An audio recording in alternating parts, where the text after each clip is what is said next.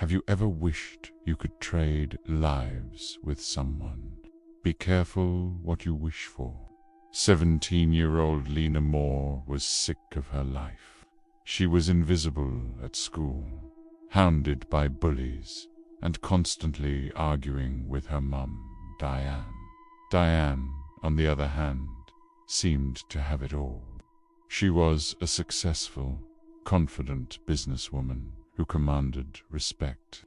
To Lena, her mum's life looked perfect. One stormy Friday morning, after another fight over grades and chores, Lena finally snapped. "I wish you knew what it's like to be me," she screamed.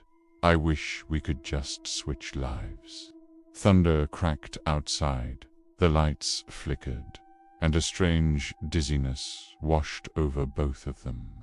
When Lena opened her eyes, she wasn't in her messy bedroom. She was in her mother's pristine office, staring at her mother's reflection in the mirror. Her hands had long, polished nails. Her voice was deeper, mature.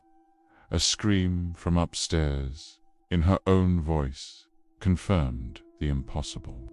They had swapped bodies. Panic set in. They agreed to keep it a secret, just until they could figure out how to switch back. But their new reality was a waking nightmare. Lena, now in her mother's body, stumbled through the cutthroat corporate world. Her mum's assistant was cold, meetings were hostile, and the office building itself felt wrong. Lights would flicker as she passed. Shadows danced in her peripheral vision, and in every reflective surface she saw a tall, faceless figure lurking, its head tilted as if studying her. It would whisper in a distorted voice, "You asked for this." Meanwhile, Diane, trapped in her daughter's teenage body, was living a horror show of her own. At school, she was ambushed by the same girls who made Lena's life miserable. They shoved her in the hallways, laughed at her clothes, and spread cruel rumors. For the first time, Diane understood the daily torment her daughter endured. Then there was Mr. Grayson, a teacher whose lingering stare made her skin crawl. Guilt gnawed at her. She had been so blind to her daughter's suffering. As night fell, they desperately needed to find each other.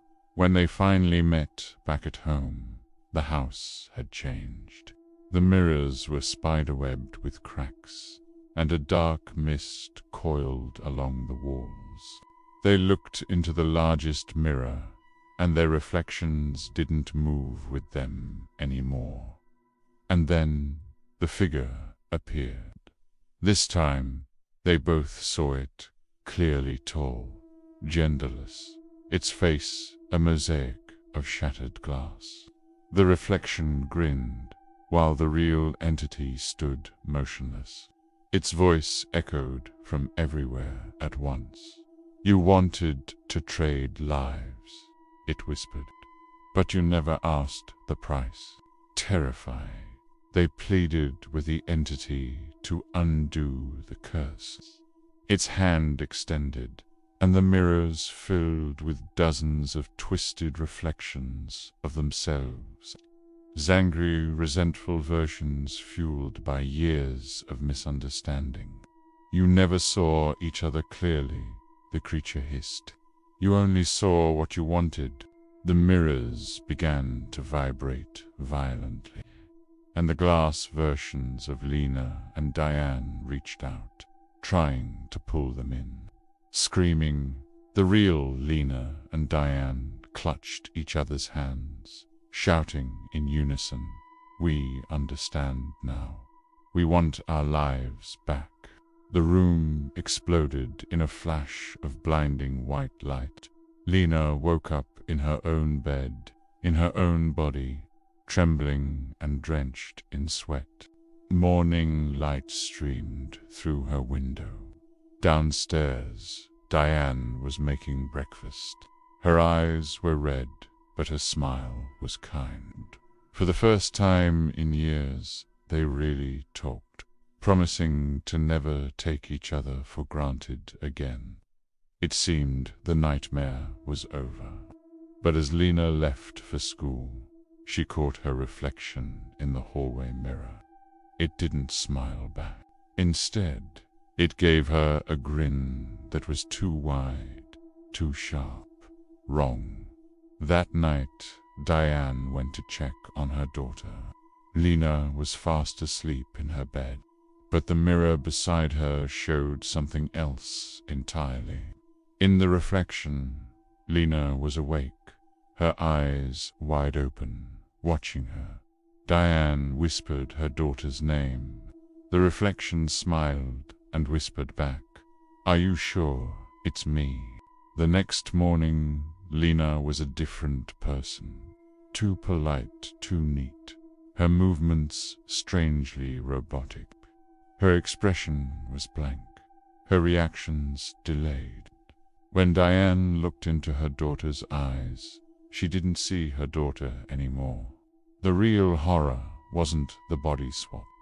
It was the realization that when the mirror gave them their bodies back, it might not have given back their souls.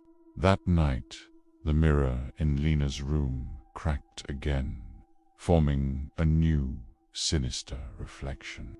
And from the darkness behind it, the faceless figure whispered one last time, "Trade complete. What do you think happened to the real Lena? Is she trapped in the mirror or gone forever?" Let me know your theories in the comments below.